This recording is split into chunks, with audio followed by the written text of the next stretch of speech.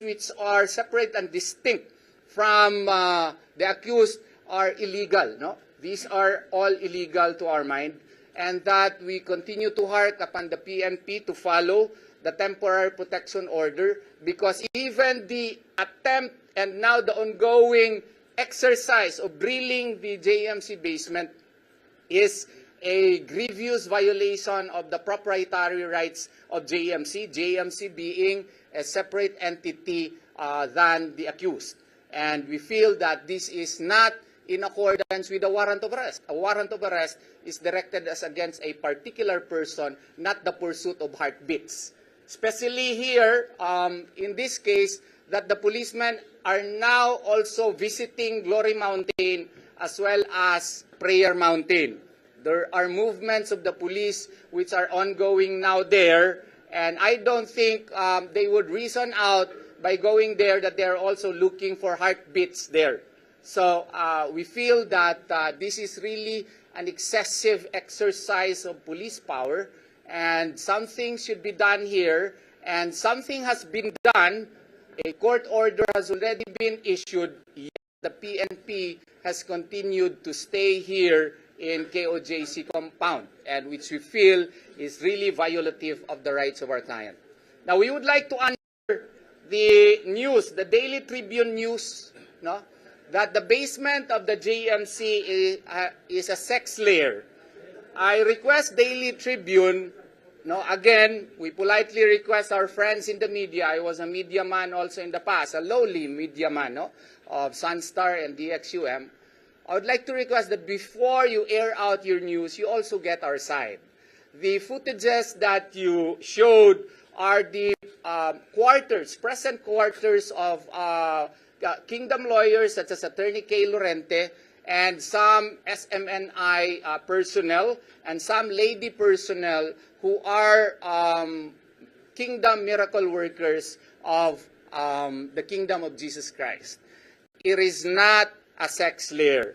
If you have evidence to prove that it is in fact a sex lair showing people having sex there, please show it to me, because I would want also to be corrected on the matter.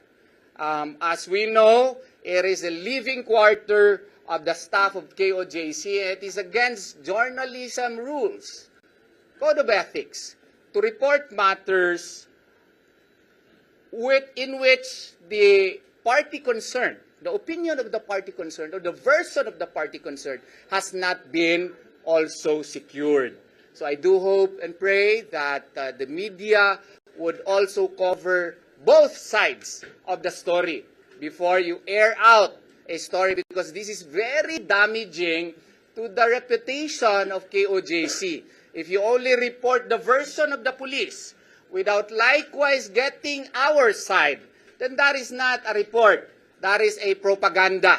So you are only catering to the propaganda of the police. You are not acting like a responsible media. So please get our side. Insofar as human trafficking is concerned, we heard the PNP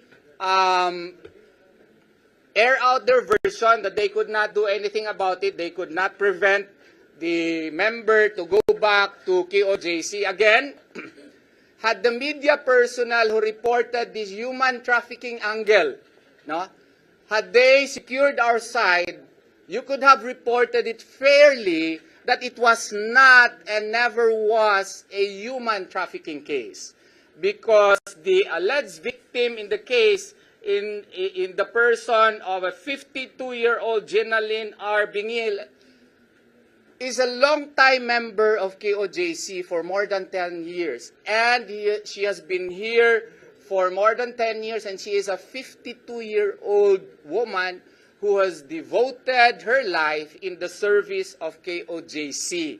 So I request the media to secure our side before you air out the side of the PNP. Ordinary ethics, Article 19 of the Civil Code provides that. The journalism ethics likewise requires that. It's your duty also to get our side. Again, in behalf of KOJC, please get our side before you air out certain news items, which especially if you get it from the police. Because you heard yesterday that the supposed victim is not a victim of human trafficking. Yet, you have reported it already. You have already done the damage as against the KOJC. I hope this will not happen to you, that you will be accused of rape, and only the rape angle is reported without also securing the side of the other party. Let us be fair. Our country is very divided already. Let us not further divide it by reporting only one side of the story. Please secure our side in the spirit of fairness and justice. Insofar as the bomb in the cathedral, I will let Attorney Dinah Tolentino share also our side on the matter. One of our lawyers received a telephone call saying that there was a bomb in the cathedral and that we should negotiate with the police regarding the same. And so our stand here is, if there is a bomb, that bomb was not made by us or put there. That could have been planted, because from the very first day of the implementation of the warrant of arrest, that is where we placed all the wounded people. That is also where we placed all the members of the kingdom who came into the compound to help, to support the people here inside the compound. Doon sila natutulog, including those who were hurt. Now, how can we place a bomb there if we placed also our injured people there, including those who were victims of tear gas inhalation, as helped out by the Central 911 when they entered and helped out on that very first day. Now, wala hong bomba doon. Kung may bomba man, why would we place it there in the very inner sanctum of their cathedral? Do you know that when they pray every 3 hours? The members of the kingdom, they pray every 3 hours. They pray at 3, they pray at 6, they pray at 9, they pray at 12, and so on, every 3 hours, in addition to their devotional prayers. And when they pray, they all face the cathedral. Why would they place a bomb in their innermost sanctum, their most revered place? So if ever this is alleged that there is a bomb there, that is not the making of the kingdom, that is the making of somebody else. As to who that somebody else is, I think your guess is as good as mine. So we deny that there is any bomb there at all. Okay.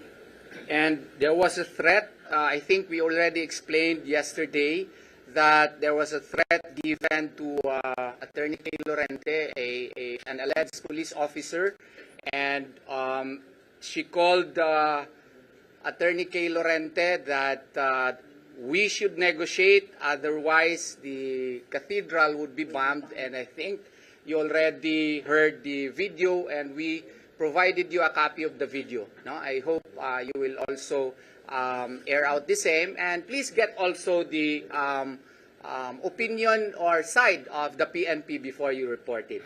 The number of the alleged SAF commander is 0916-610-5451. That is the number who called Attorney Kay Lorente, 0916-610-5451. And we really would like to request politely the police that if there are negotiations, no, they should negotiate in good faith and without threats, because SAIWAR, if you have to employ that so that Pastor Apollo Siquiboloy would be forced to surrender, no, should only be used probably reasonably, without threat to lives, liberties, or properties also. No?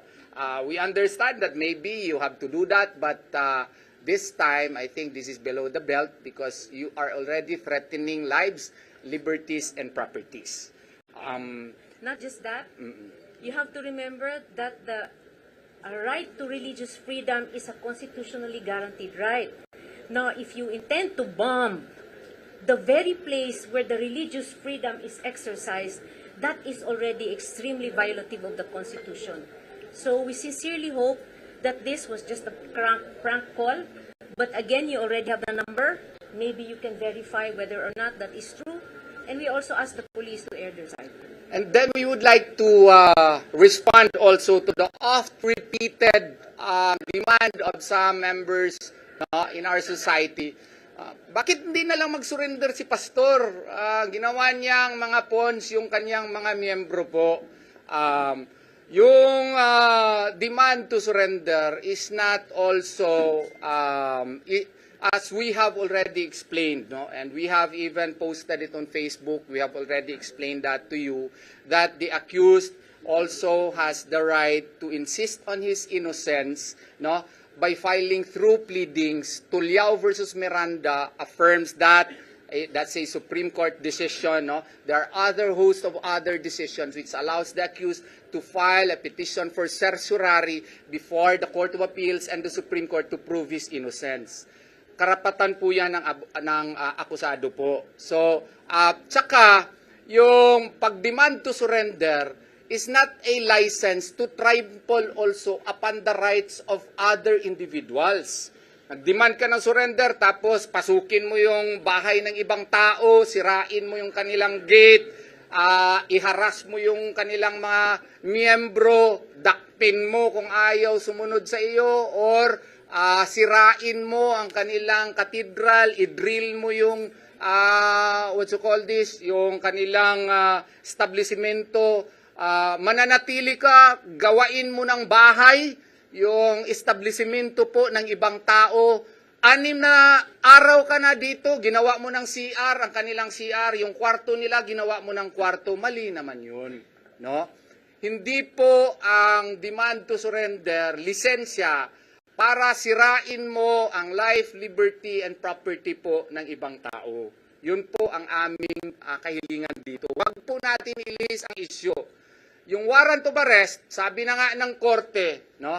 Hindi namin, kini-question niya namin, nandyan na ngayon yan sa Court of Appeals. And while pending, we admit that there is a warrant of arrest.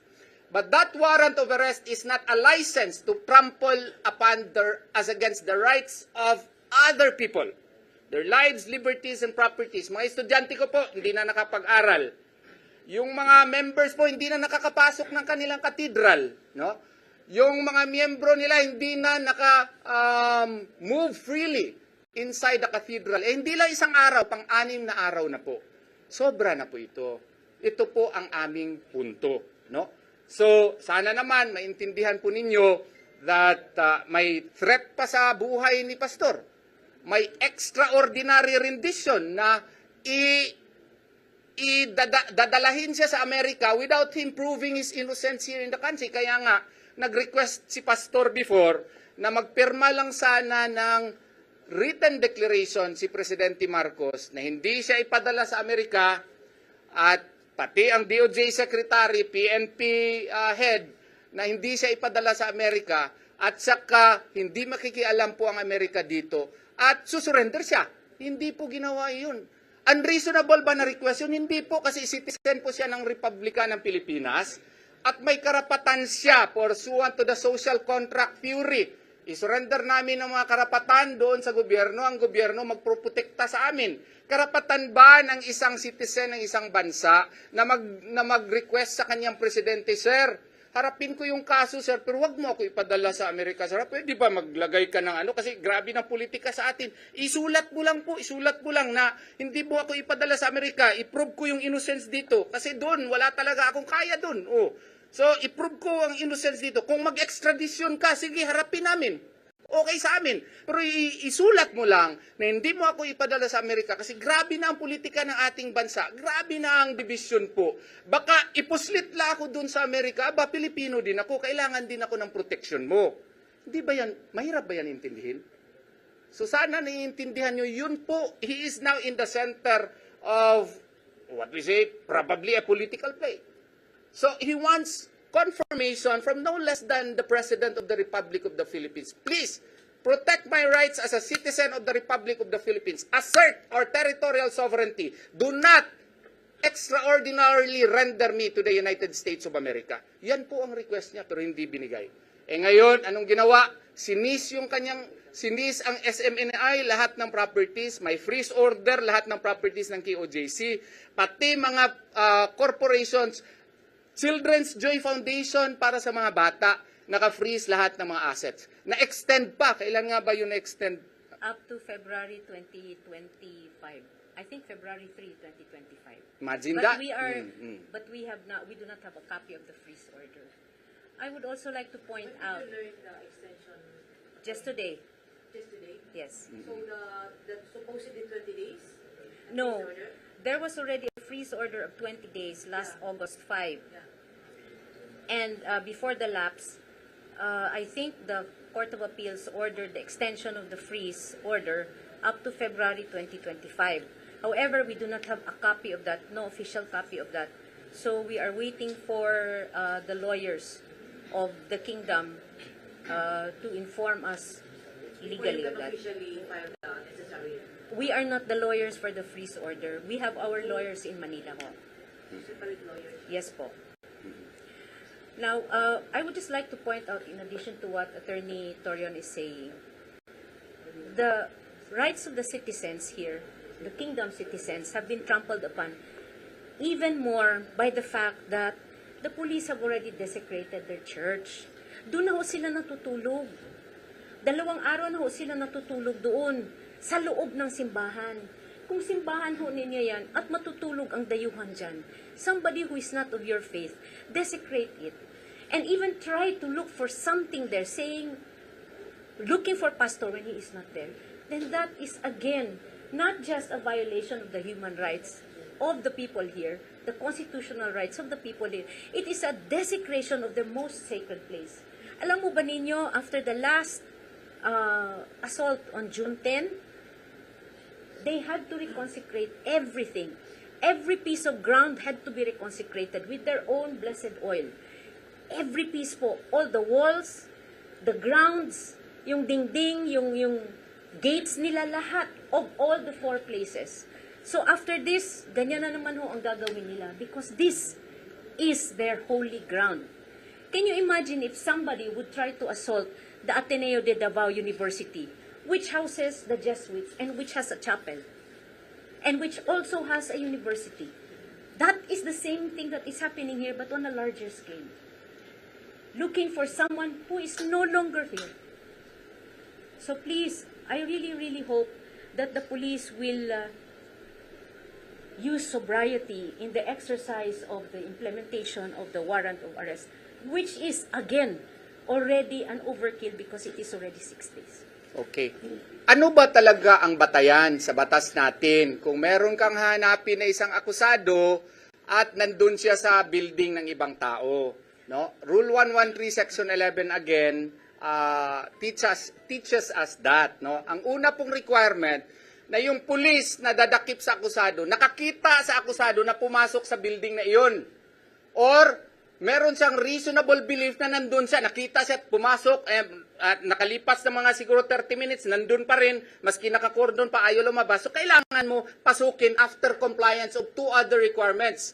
Ano yung 2 other requirements niya? Dapat i-announce niya yung authority niya. Pulis po ako, ito pong ID ko, okay? Nakita ko yung akusado pumasok dyan. Tapos, isabi niya, ikaw bang may-ari? Magpaalam ka sa may-ari, okay? Ginawa ba yun ni General Torre? Hindi po. Hindi nga siya tumawag dun kay Presidente Duterte kasi siya yung administrator dito. Sinabihan ko naman siya na willing kami mag-cooperate. Sinira na yun kaagad yung nasa likod at tinirgas pa. Violation ito sa Rule 113 Section 11 po. Tapos, pangalawa, hindi pa po nasulat sa ating batas na yung warrant of arrest ay magiging lisensya mo para mag-stay ka sa property ng ibang tao pang-6 na araw na ngayon. Hindi po. Hindi rin po yun lisensya para mag-conduct ka ng omnibus search. Kasi, ano yung omnibus search? Parang random search. Maski saan na lang, maski saan na lang. Hindi po pwede. Kasi, maski sa search warrant, kailangan mo i-identify yung particular place lang. Okay?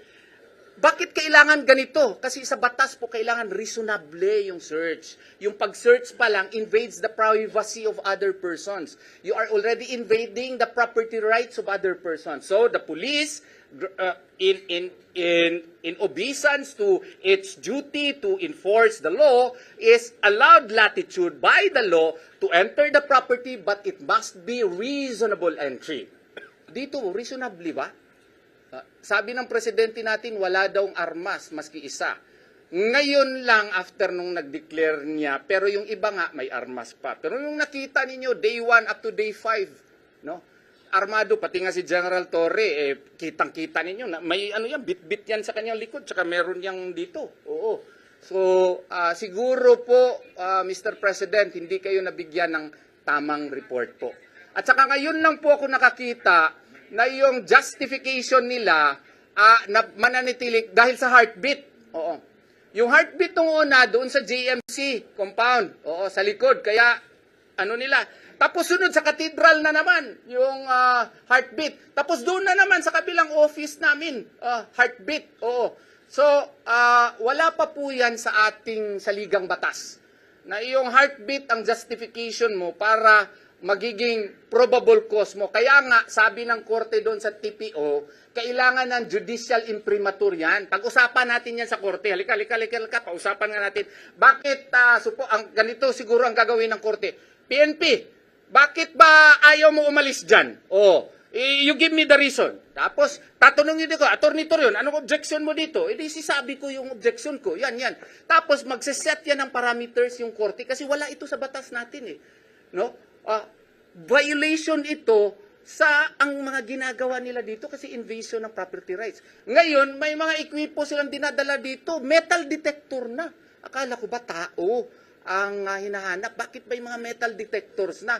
Di ba sinabi ko sa inyo kahapon, may dream ako?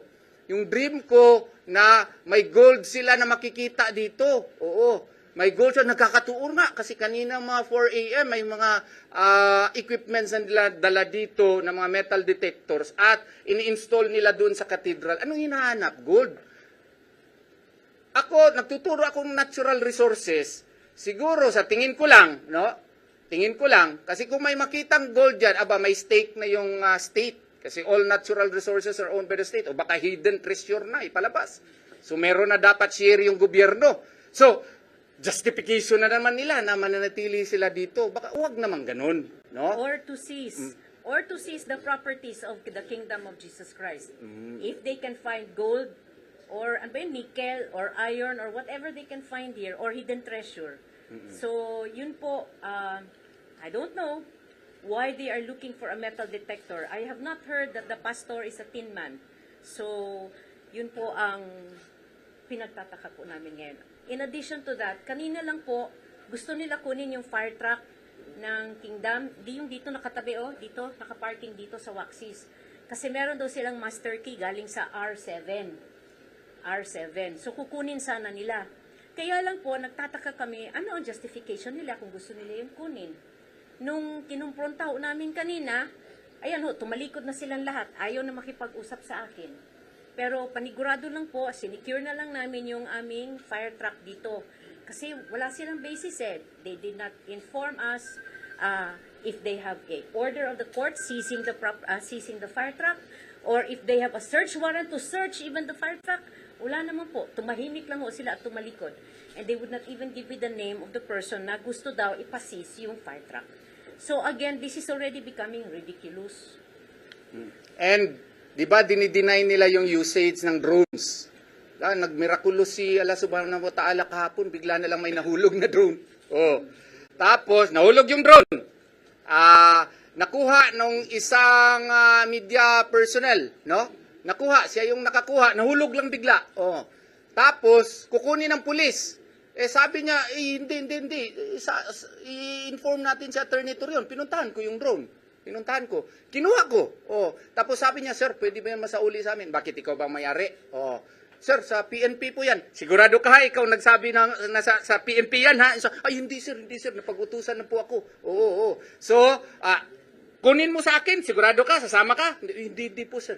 So, ako magdadala dito ha? Dinala ko. So, pinicturan ko, nandun na sa aking Facebook, tapos, anong gagawin ko doon? Article 719 of the Civil Code, no? Kung merong mga movable property, na lost property, kung anon yung owner, i-remit mo doon sa City Hall. So, pina-receive ko doon sa City Hall. So, yung PNP or sino mang may-ari nun, i-claim mo yon sa City Hall. Okay? Sigurado ako wala nang mag-claim.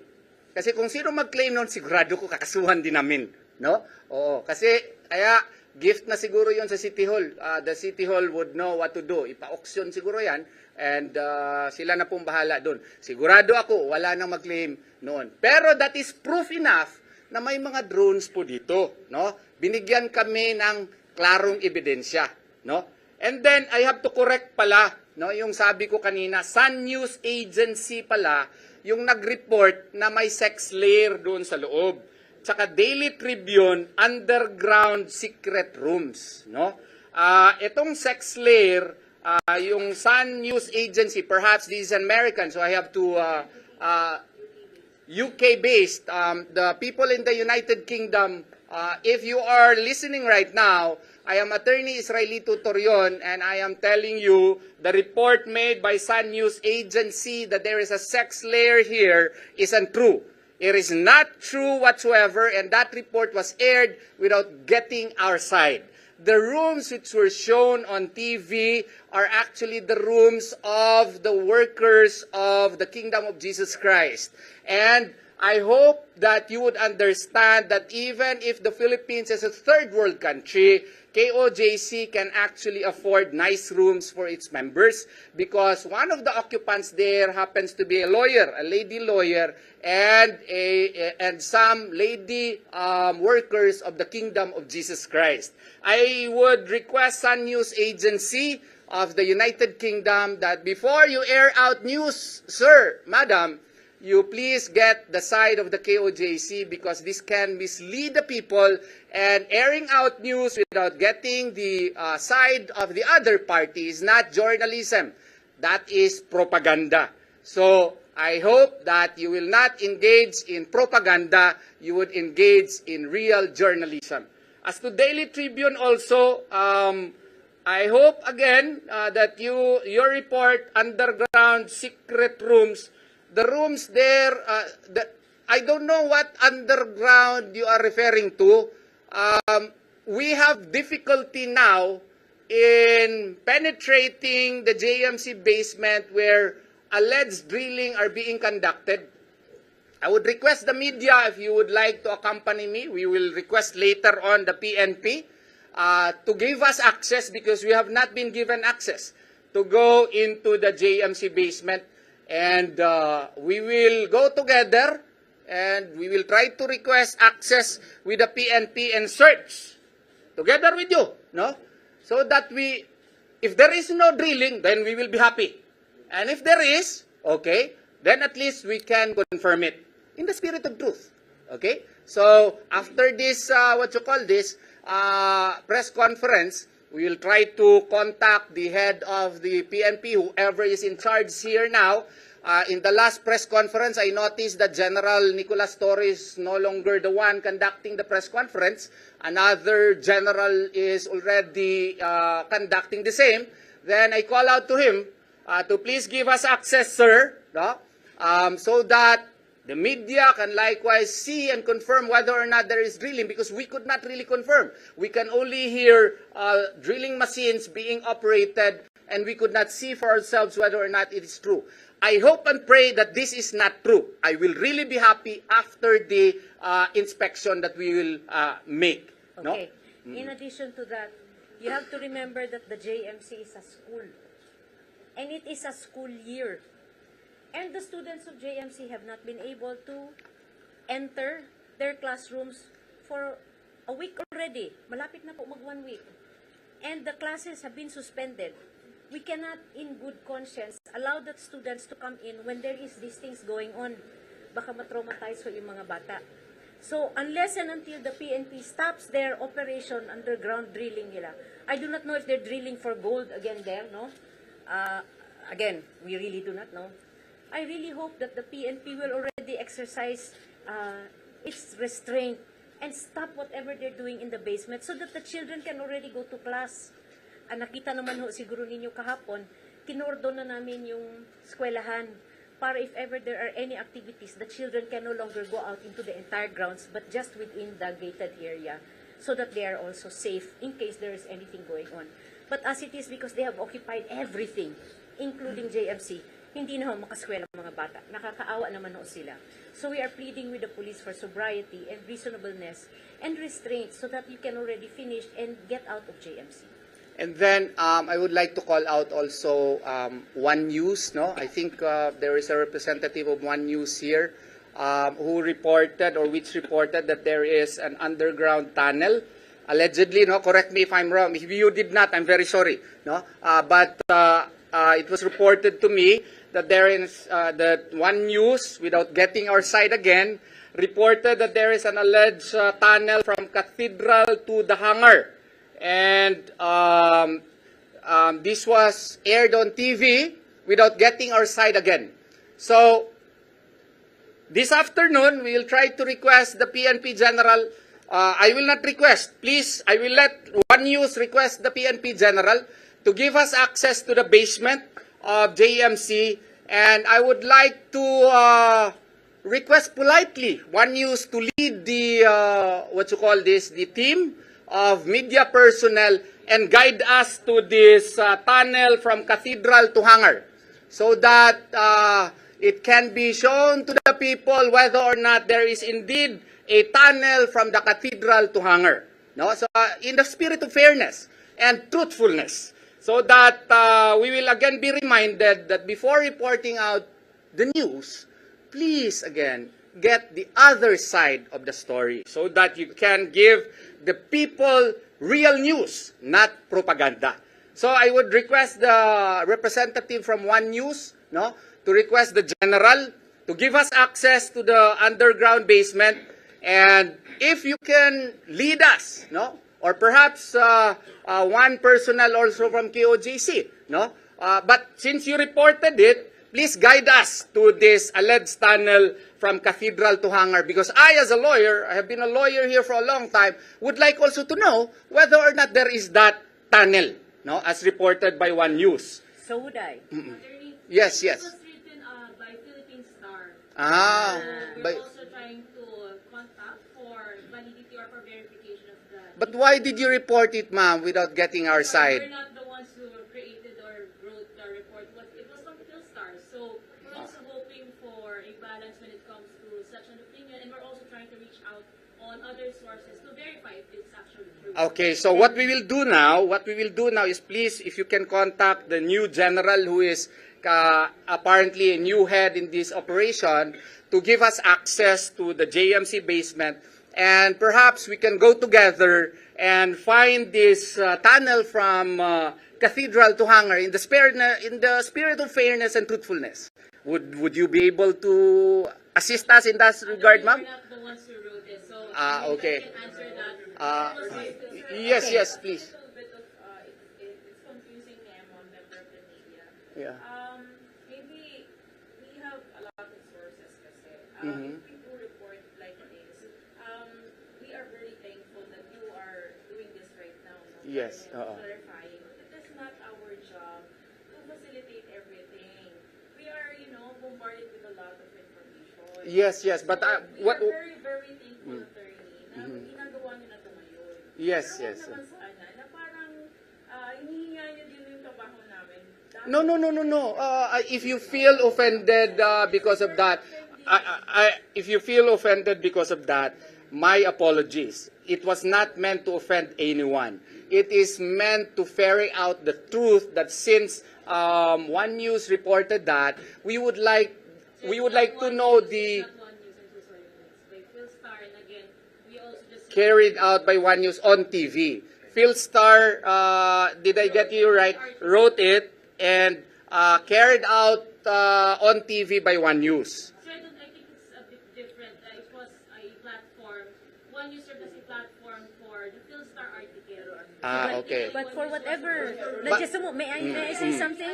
Yes. So pag mga ganon, you can siguro write to the editors of Yeah, rather than Ah.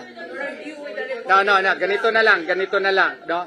Because we want to know the truth. We want to know the truth, right? Okay. So, we will try to contact the PNP to give us access to JMC basement so that we can verify if there is that tunnel, okay? So, Rather than asking the journalist to facilitate it. Because it is not our work.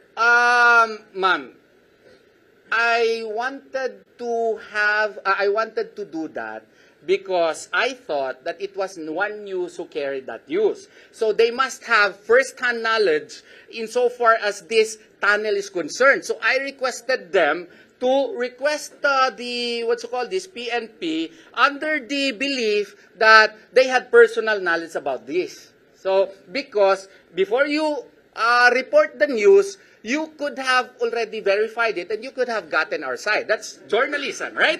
Okay, so I wanted to learn from them. That's why I requested them. Now, if that is offensive to you, what we will do is that we will request the PNP together and call perhaps the PNP, sir, can you give us access to the JMC basement so that we can confirm if there is this tunnel from Cathedral to Hangar? Would that be fair to you? Okay? So, last, yes. Sorry, Atty. Ako nag-guide sila kahapon. Nagla-live po yung kasama niya, yung anchor po nila sa One News sa Manila, ang nagsabi na may tunnel. Yung kasama niya, Tingaw. So hindi sila, yung angkor. Oo. Hindi ko kahapon, siya nagsabi na may tunnel from Cathedral to Hammer. Sige lang. I-confirm natin yan ngayong hapon para malaman ng tao kung meron ba talaga. In the spirit of truthfulness and veracity. But in the meantime, first of all, I would like to ask your apologies if we have offended you. We did not mean to offend Sorry, if but you felt because offended, of the heat no? of the moment, you understand that this is our 6th day. And kami po mga abogado, kulang na po masyado ang tulog namin. Mirakulo na lang Sandali po lang, na medyo pogi pa rin kami. Pero pwede, yes ma'am, Problema yes ma'am. sa design po about the tunnel and everything, no? You can ask naman the city building office because before this early phase was constructed, you submitted the building plan. So Kaya nga, nagtaka kami ma'am kasi show us the building plan instead. nagtaka nga kami kasi yung building plan namin wala namang tunnel. Can you show us the Oo. building plan ba? We will try to secure that from the authorities of the KOJC. We will try to do that, no? That's a government document that will level off the ground. Okay. But in the meantime, may I just request that in case you have any news, just like Attorney Torion said, I think we can contact each other naman if Meron na need be. tayong group chat. So may group chat naman kayo, so maybe you can get it there. Ha? Okay. Tapos, okay. So I thank you also for your forbearance and hopefully we can make a good working relationship so that whatever you want to know, we can tell you. Meron naman tayong group chat po. No? Provided it's not sub judice, ha? Yung nasa korte and we cannot discuss. Attorney, so far, since early morning kanina, ano pong mga bagong gamit or equipment na naipasok sa inyo? Yung metal detector, yung iba kasi hindi talaga pinapakita sa amin nakita nyo naman sa mga videos na may mga gamit sila. May commotion sandali nung 4 o'clock in the morning. Ayaw nila ipakita sa amin, hindi talaga namin alam, no? Sa JMC basement wala din kaming access. One last matter na lang itong deployment ng army, no? Somebody clarified from SMNI as to whether or not it is true because under our constitution, the armed forces of the Philippines can only be called out in cases of lawless violence, rebellion, no? Nandyan yan sa ating konstitusyon. Ang reply naman ng army is that they are here to assist only in the maintenance of peace and order. Hindi sila kasali po sa arrest warrant. So para lang maklarify, in the spirit of truth and veracity, no? Yun pala. Kinonfirm nila na may army daw. As to hindi ko kasi talaga ma-determine kung army o hindi. May iba siguro naka-civilian, I don't know, no? That was confirmed that the army sent their troops. There was a text message. Colonel Di Maala. There was a text message sent to me, but it is not it's not of my personal knowledge. It was only forwarded to me, no?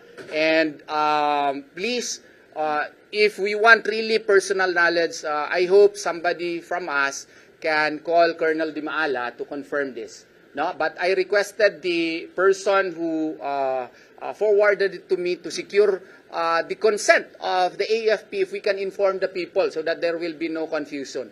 And allegedly, he granted the request that the people should be informed. And yes. Do you have an issue with the deployment of army? As for me, the army can be deployed only, it is within the call-out power of the president if there is lawless violence. The fact that members of the KOJC have faced cases, no?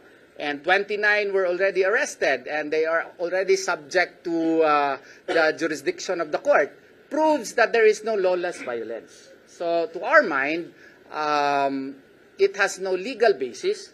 But then again, who am I to say that, that it should not be done? No, I am not the President of the Republic of the Philippines. Maybe that's his decision as to whether or not it has basis. That's up to him. So are you saying, Attorney, na may kumpas, may basbas from the President to deploy the army? Presumably so, because the army would not move without the instruction from the Commander-in-Chief. So presumably, I can only make an intelligent guess, though it's not based on personal knowledge, that the army is here because there is an instruction from the Commander-in-Chief, and the Commander-in-Chief is the President of the Republic of the Philippines. Attorney, ilan ba ang members doon sa loob? KOJC? I have not done an actual count yet, but there is still a number. Still a number. I could not give you an estimate, but there are still a great number of members here inside. Sir, kailan lang po na mataan yung deployment of forces doon sa Prayer Mountain at saka Glory Mountain? Kanina, ngayong araw. The same number of forces deployed here? Hindi naman ganun kadami. Pero it's already in our group chat. But was there a request from the law enforcers that they will conduct another search into the Glory Mountain at Prayer Mountain? In the spirit of fairness and truthfulness, dun sila sa mga vicinity. Okay? Hindi naman sila pumasok. Correct, no? Hindi naman sila pumasok, pero nandun sila sa vicinity, nag-inspect po, no? Ewan ko anong ginagawa nila, but there is a show of force in the Prayer Mountain and Glory Mountain. So, force Meaning they are there, they are Presence or presence. force? Presence is a show of force to me.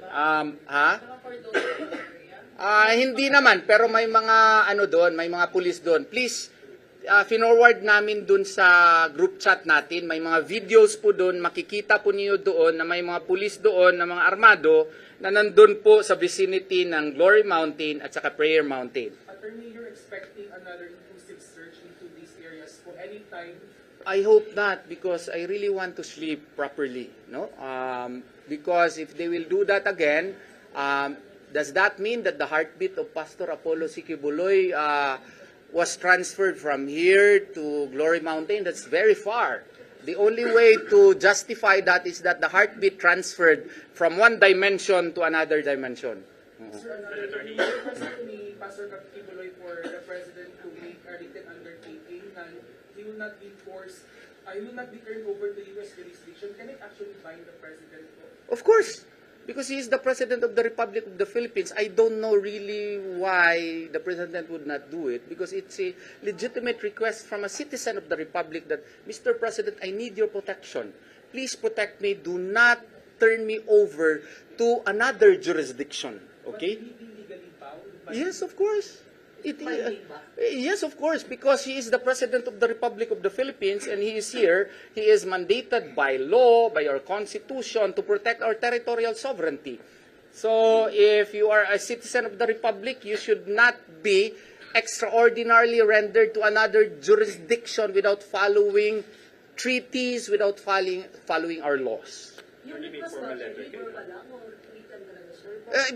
Binerbal yun ni Pastor prior to the issuance of the warrants of arrest I do not know. Do you ever? Wala I don't think Wala, so. wala. Parang verbal yun Verbal yun.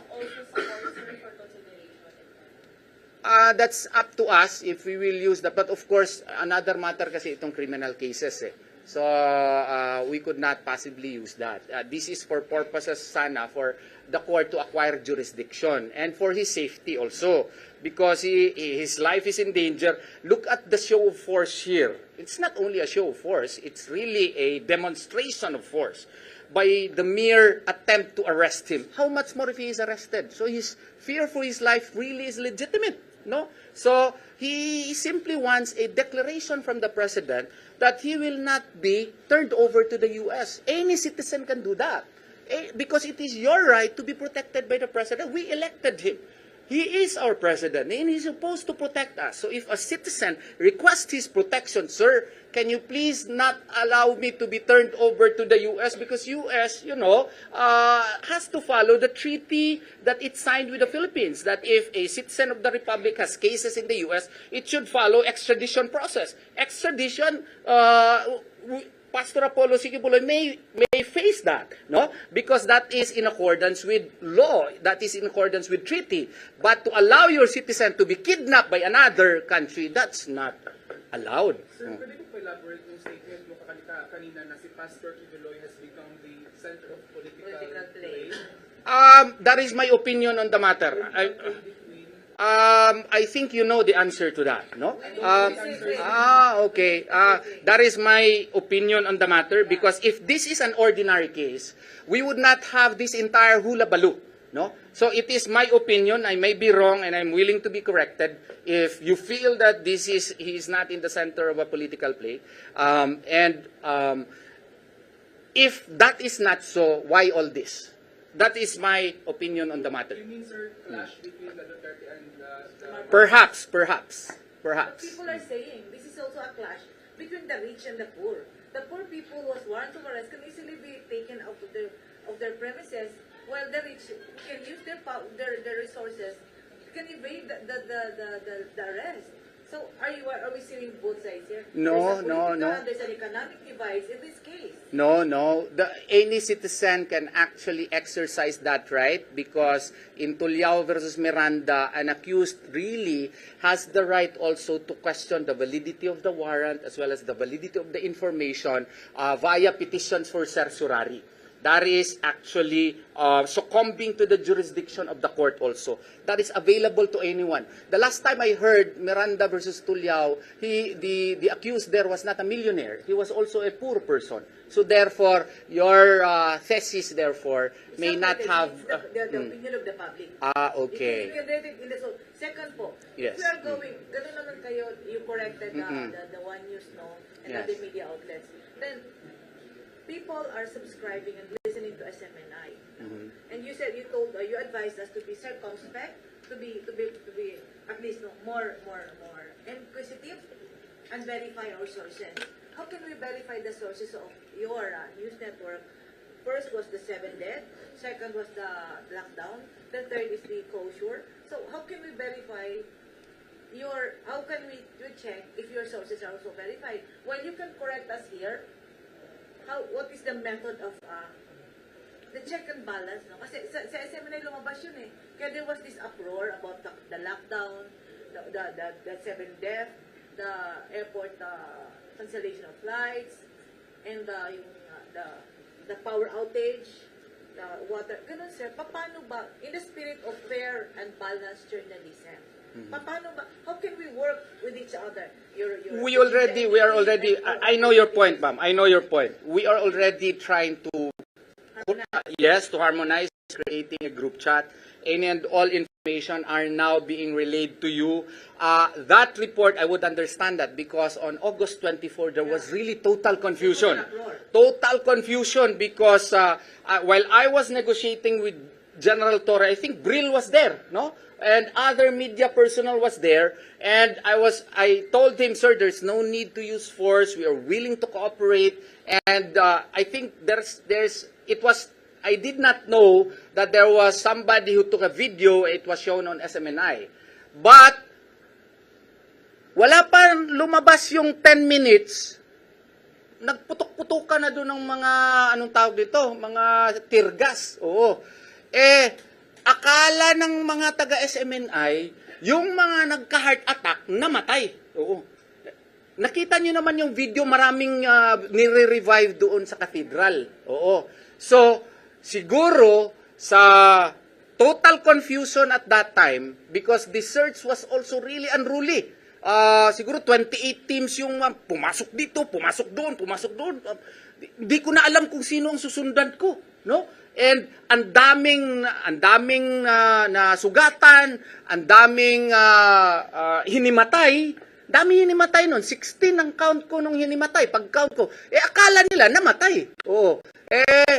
Hindi na-verify kung buhay ba yun o namatay kasi matagal masyado rin pinaalaw yung ambulansya na pumasok. I had to call the city government. Oo. Na papasukin naman yung ambulansya.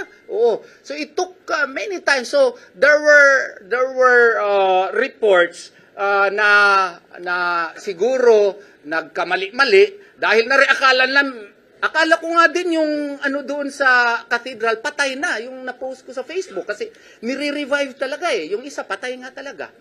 Pero kung hindi 7 ang namatay, magpasalamat po tayo sa kay Allah Subhanahu wa Ta'ala kasi hindi pala 7, isa lang, no. But is that a justification for the random search that is being conducted in the guise of the implementation of a warrant of arrest? Is the failure of Pastor Apollo C. Quiboloy to surrender pursuant to the demand by certain quarters of our society a justification for the trampling of the rights to lives, liberties, and properties also of other persons?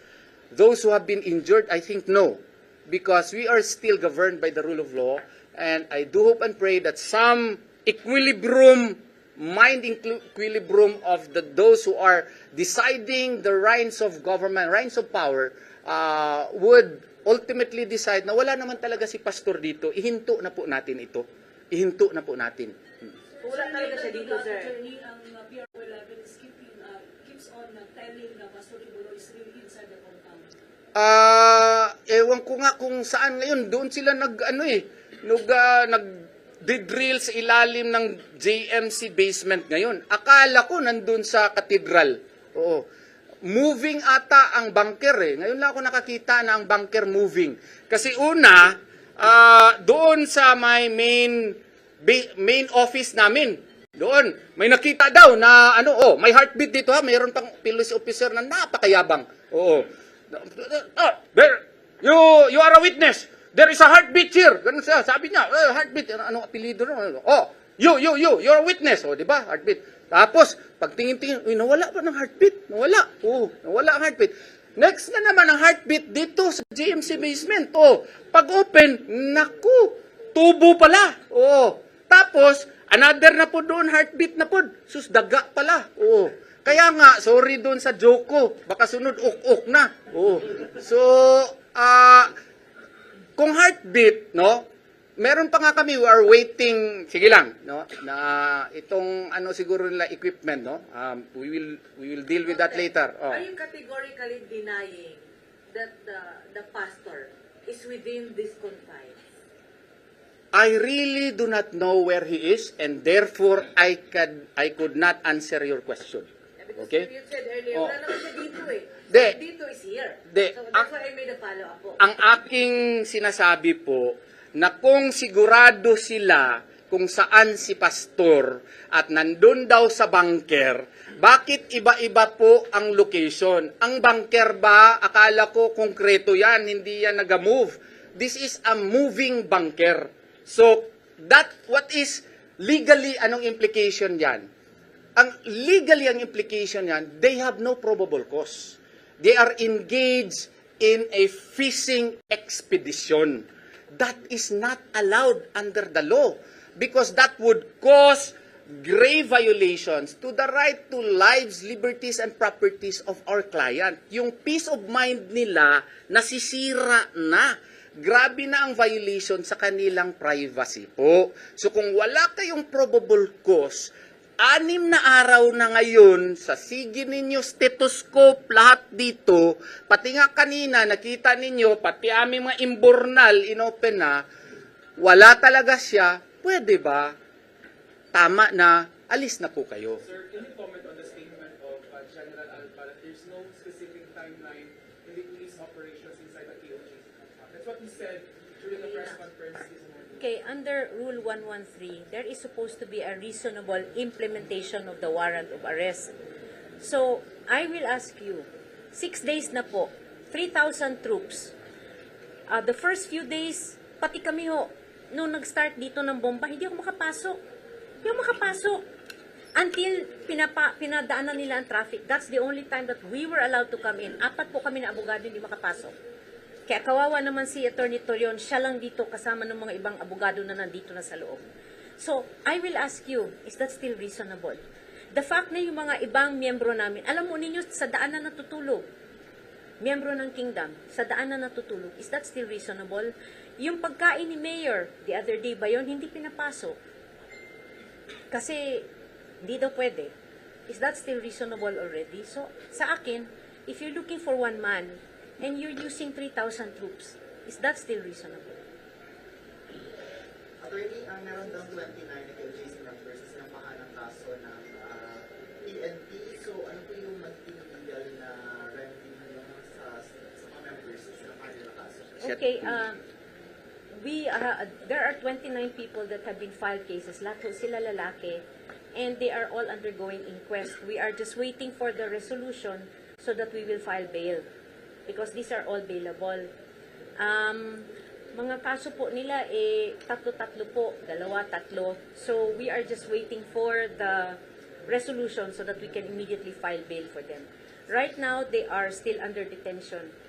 Saan specific? I am not sure if it is in Saksa or in Camp Katitipan. Ano So, yung of the mga kaso? 29 attorney, may students doon. Yes po, yes po. Meron po. Yan ang hindi ko lang ma-verify. We have to verify. Kasi nga ho, nagmamadali sila nag-file. So kami po, we have waived our right to a preliminary investigation in the interest na ma-bail na sila lahat. So we are just again waiting. Ano yung specific kaso, attorney? Specific. They filed cases for Obstruction of justice. obstruction, PD 1829, Presidential Decree 1829, Article 151, which is resistance and disobedience to a person in authority, and Batas Pambansa 880, the Public Assembly Act of 1985. Attorney, may mga during training sa pulisan, may mga sira. That is really the interest now of KOJC kasi hindi kami makapasok. Hindi ko alam bakit hindi kami binibigyan ng access kasi doon sa writ of amparo, no, any and all blockades, maski nga sa limited reading ni General Torre, I call it limited reading kasi doon lang siya sa second portion ng wherefore portion, no. Dapat lahat ng barricades, blockades dapat tanggal, no. Pero ang purpose talaga ng TPO is to remove all restrictions and control. Kaya nga sabi, ang reading ko doon, dapat alis na kayo. No? Kaya nga, any act or omission, pinagbawalan. Cease and desist. Pero ayaw niya eh. Pero yung, patuloy pa rin yung blockade ngayon. Pati doon sa GMC po basement. So, hindi namin ma-confirm kung anong extent na yung nasira nila. Ang ma-confirm namin yung sira sa cathedral kasi yung mga carpets na napakaganda, no, tinanggal nila, no, without due regard as to the sacredness of the place and the the integrity of the the carpets, no, yun nasira na. Tapos iniiba-iba yung alala ko ba, dito may heartbeat, kailangan ma-open ito. Nag-request si Attorney Eunice na baka po pwede kunin mo na yung aming engineer kay baka masira yan kasi aircon eh. So, pinatanggal talaga yung aircon kasi may heartbeat daw sa likod. Pag plug lang pala.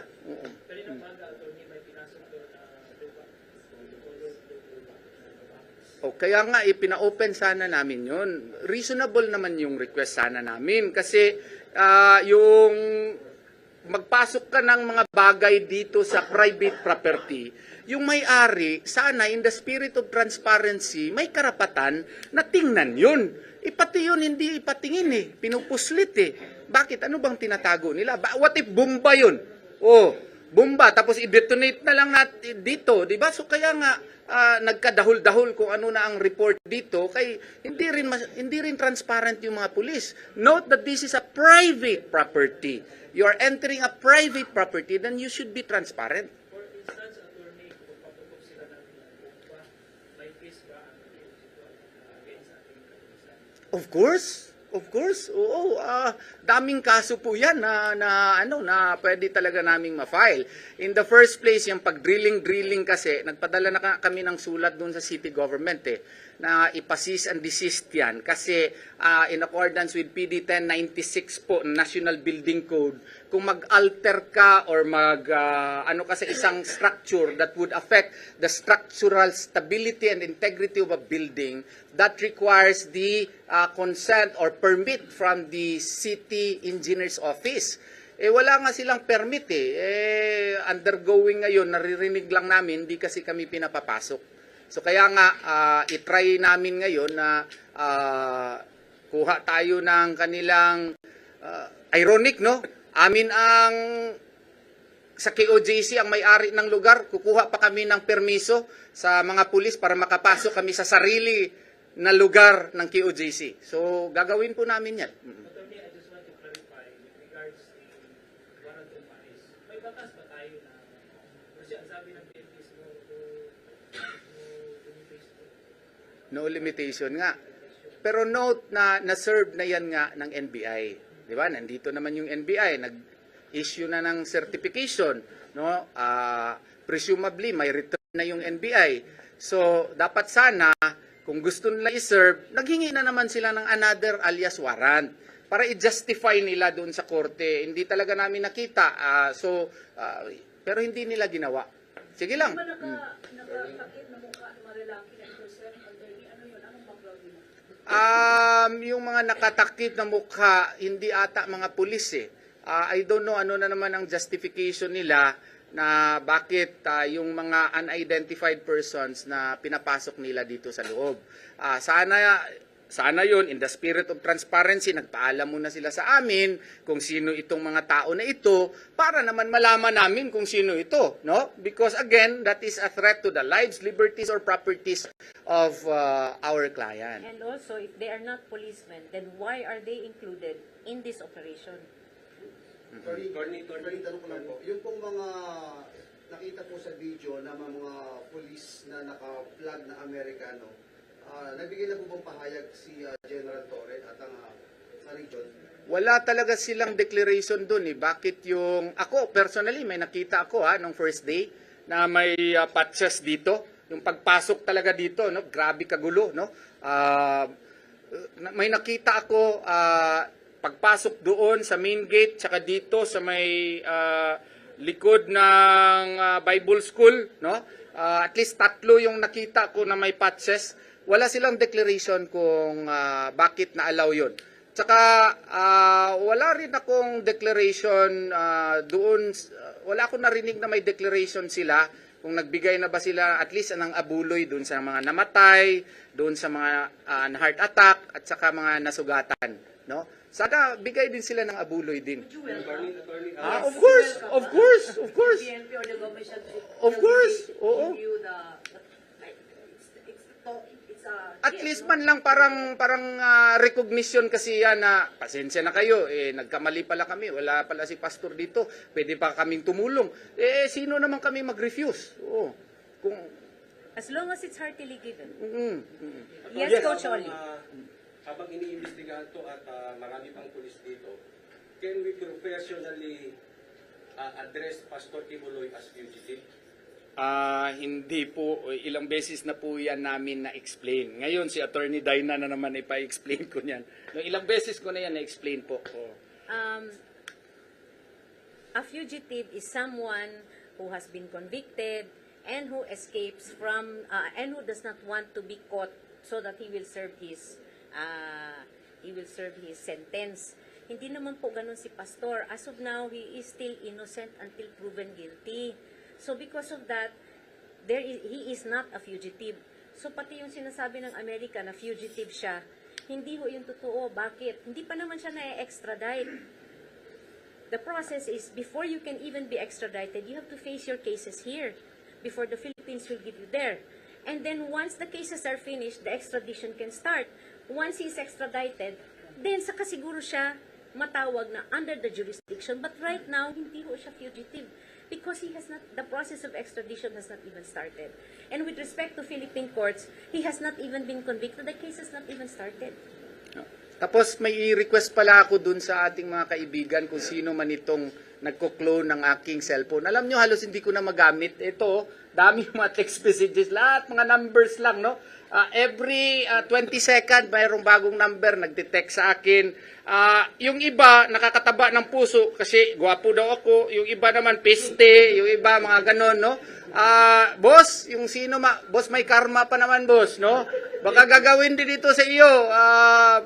Wag naman masyado, boss. Oo. Alam ko kung sinong mga may capacity nito, may capability. Alam ko naman na may pamilya din kayo, no? At saka ang buhay po ay weather lang. Wag naman masyado, boss. Oo. Wag naman masyado, ha? Yan, request ko lang sa inyo. Alam niyo kung sino kayo. Attorney, kahapon, yesterday, after na nag-message siya kay General Torre, yung bank threat, until now, attorney, wala pa rin po ba communication? Wala pa rin, no? I don't know the dynamics of the PNP, but as what I saw a while ago, somebody else is already conducting the press conference. I do not want to speculate, so I will just accept it as what it is. No, there's no response yet to my query to him. There is already a clarificatory order. No? Ang importante doon, minintain ng korte ng Davao na hindi niya inatras yung kanyang temporary protection order. At ang sabi po doon, a TPO can practically coexist with a warrant of arrest. But the requirement of reasonableness should be there. And that, accordingly, any and all actions that are, should require judicial imprimatur. Katulad nung sinabi ko sa inyo, using stethoscope, pardon the word, no, para lang maintindihan ng mga tao, kasi para talagang stethoscope, ganun-ganun, no, they are using that on the ground, no, and yung mga heartbeats daw, na is a new matter, no, and which we feel is not already covered by the authority of the warrant of arrest. This is already an intrusive search, okay? And therefore, if you have to do that, you have to convince the court of the necessity and the reasonableness of using such equipments to bother or to interfere with the rights of property of the owners of KOJC compound. So yun ang sa amin. Not Pastor Kibuloy. Yun po. Oo. Yes po.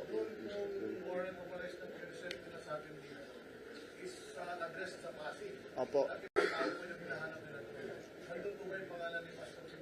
Wala nga eh. Yun nga ang problema eh. Kasi when I had an interaction, no, it was a very tense interaction because at that time, the situation really was very tense and I am just a human being, a bit scary, no? Kasi ang dami talaga nila. Tapos may dala silang LRAD na nakakabingi, di ba? Hanggang ngayon, nandyan pa yung LRAD. Yung sa harap. pag may mga taped, announcement, no? Siguro sa excitement ni General Torre, ang first kasi nag-request ako sa kanya na, sir, there's no need to use force. I used the megaphone, no need to use force. We are willing to cooperate with you. We are willing to cooperate with you. Please talk to us, no? It took him around 10 minutes before he decided to face me. And then when he faced me, my first question, sir, why are you here po? No, in a very polite manner. Because there is a warrant. Pwede ko pa makita ang warrant. Ang napakita niya na warrant sa akin, isa lang. Kay Sylvia Simanes, Pasig. So lahat yan, doon yun ang legal authority niya. Ang una nga, wala siyang mapakita eh. Umalis muna siya, tapos bumalik, nagpakita ng isang warrant lang. So yun ang nagiging authority niya. Warrant of arrest as against Sylvia Simanes, based in Pasig. Tanungin natin siya, na-search na ba nila yung Pasig? Hindi nga eh. Oo. Kasi hindi nga yan authority to trample upon the rights of the KOJC members in Davao City. Kung yun ang kanyang basis. Kasi sabi niya, attorney, meron naman dyan elsewhere. Yung elsewhere po, kung saan physically makita ang akusado. Kung nakita mo sa Palawan, maski address niya sa Pasig, pwede mo siya dakpin. Pero hindi yun authority na taga-Pasig siya at hanapin mo siya dito sa Davao. Especially na wala kang probable cause. Mali po yun. How will po ang negotiations niyo sa PNP ngayon, knowing na kaninang press con sinabi ng PNP na parang may little resistance from the KOJC? Yung nakita nyo bang little resistance? Yan talagang propaganda nila. Wala po kaming resistance. No? Nag-resist lang sila nung nung mga transyon. Sino ba hindi mag-resist? Self-preservation yun. But when they entered here, we already declared we are willing to cooperate. But they threw tear gas as against the members. Oh. So, total confusion, total mali. Kaya nga, may mali yung report at first. 7 ang namatay kasi ang daming nakuyapan. 16. Kaala namin patay talaga. Oo. So, kaya nga, sana let's stop all this. No? And if there was resistance, I think there would have been an even greater number of KOJC members who might have suffered physical injuries. We are thankful that it is only this number that have suffered physical injuries. Because otherwise, kung may resistance ho, sana ho, hindi sila nakakatulog dyan. Sa gabi, nakakatulog sila dyan sa grounds. Hindi naman ho sila inaano ng mga members. Tapos yung sana mapaabot nyo po sa presidente. Imagine, nung na-interview ang presidente, wala daw armas. Oo. So, nakita nyo naman siguro, day 1 up to day 4, day 5, no? Grabe ang mga armas nila dito. Sana ipaabot nyo sa presidente. Tsaka wala daw tear gas.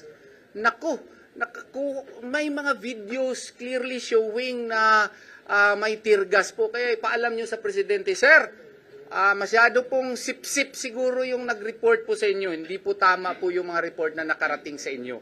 So, please, if you have to intervene, no, even for humanitarian assistance na lang po, ipastop na po ninyo po. Kasi mission failure po. Mission failure. Okay? Salamat ha? Salamat po. Thank you. Thank you. Thank you, sir.